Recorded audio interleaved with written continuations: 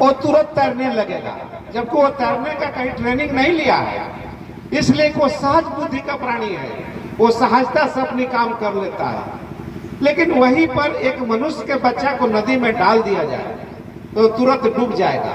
इसलिए कि वो अपनी विवेक बुद्धि का प्रयोग उस अवस्था में नहीं कर पाता है।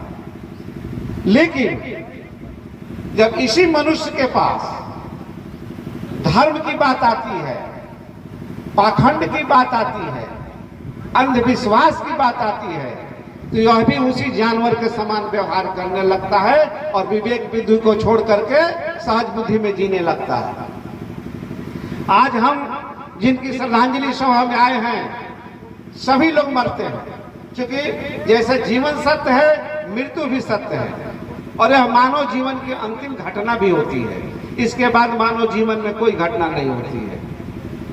हम देखते हैं गांव में मृत्यु के बाद जब हम चलाकर आते हैं तो 10 दिन तक उनको ढकनी में कहीं घूर गनौरा पर खाना दे देते हैं। अरे भाई, आप सोचिए, जिस व्यक्ति को आप डाइनिंग टेबल पर खाना देते थे, घर में देते थे, इज्जत के साथ देते थे, उस व्यक्ति को आप कौन सी श्रद्धांजलि दे रहे हैं कि उसको घूर गनौरा पर जाकर के खाना दे रहे हैं ढकनी में?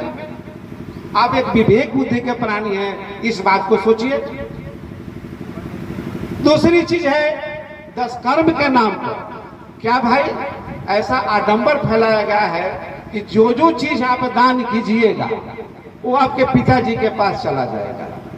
तोशक, तकिया, कंबल, रजाई, जो भी चीज है, आप खुद देख रहे हैं कि वो व्यक्ति यहाँ से ले गया, अपने घर पर बांध दिया, पलंग पर अपने सो गया, और उसके बाद भी आप मानते हैं कि ये मेरे पिताजी के पास चला गया, तो इससे बड़ी अफसोस की बात नहीं हो सकती है।